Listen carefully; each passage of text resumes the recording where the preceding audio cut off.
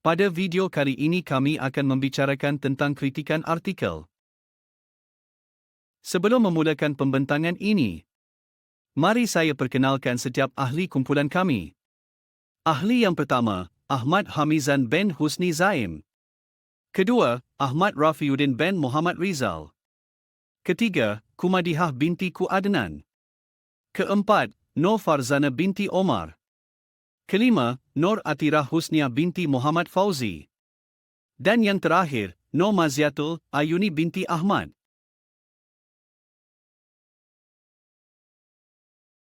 Artikel yang dipilih oleh kami adalah bertajuk Pelaksanaan Pentaksiran Alternatif Digital dalam Kalangan Guru Pendidikan Islam di Sekolah Kebangsaan.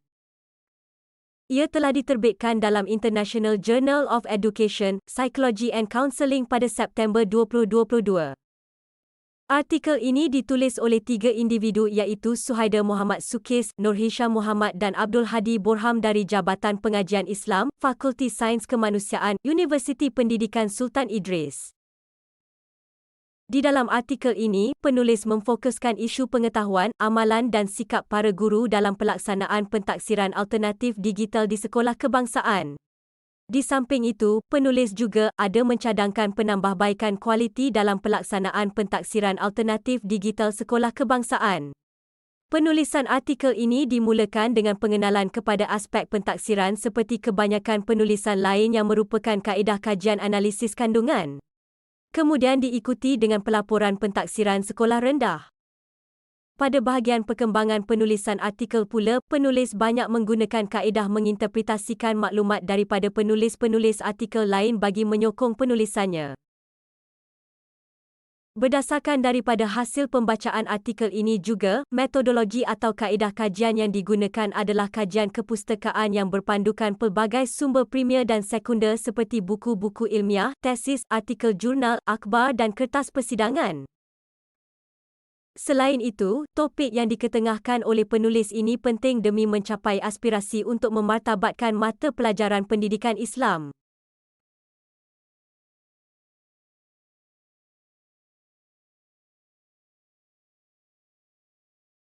Antara kekuatan yang terdapat dalam artikel ini ialah penulis artikel telah mendedahkan kepada pembaca tentang pelaksanaan pentaksiran alternatif digital di sekolah kebangsaan secara terperinci. Melalui artikel ini, pembaca dapat mengetahui dan memahami maksud pentaksiran dengan baik kerana penulis telah menyatakan 3 definisi pentaksiran di bahagian pengenalan artikel. Berdasarkan ulasan penulis juga, pembaca dapat mengetahui bahawa penulis mempunyai pengetahuan yang mendalam tentang pentaksiran yang dilaksanakan di sekolah-sekolah kebangsaan. Artikel ini juga berinformasi dan sesuai dengan pembaca yang ingin mengetahui secara ringkas berkaitan sistem pentaksiran yang telah ditetapkan oleh Kementerian Pendidikan Malaysia. Seterusnya, kekuatan yang terdapat dalam artikel ini juga ialah penulis menyusun maklumat-maklumat yang diperoleh dengan susunan yang menarik dan teratur di mana tajuk utama dan subtopik dipisahkan.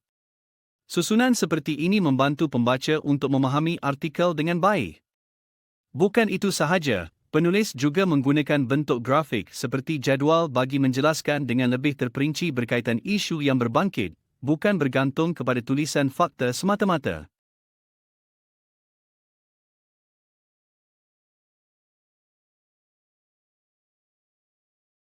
Antara kekurangan yang dapat dilihat dalam penulisan artikel ini ialah penulis tidak menyatakan sendiri pendapat beliau berkaitan isu pengetahuan, amalan dan sikap guru pendidikan Islam dalam pelaksanaan pentaksiran alternatif digital.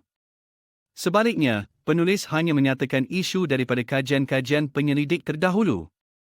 Pada pandangan kami, penulis seharusnya perlu mengemukakan pendapat beliau kerana beliau juga mempunyai pengetahuan dan fikiran yang tersendiri mengenai masalah yang dibincangkan dalam artikel ini.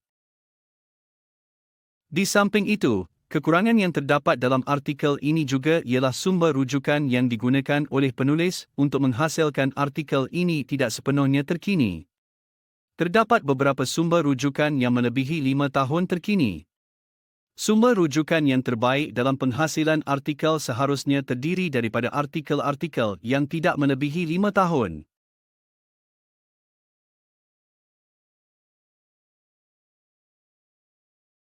Secara keseluruhannya, penulisan artikel ini telah berjaya mengumpulkan isu pengetahuan, amalan dan sikap guru pendidikan Islam dalam melaksanakan pentaksiran alternatif digital dengan baik. Isu-isu yang dinyatakan ini seharusnya dapat diatasi dengan sebaiknya agar guru dapat melaksanakan pentaksiran dengan cemerlang.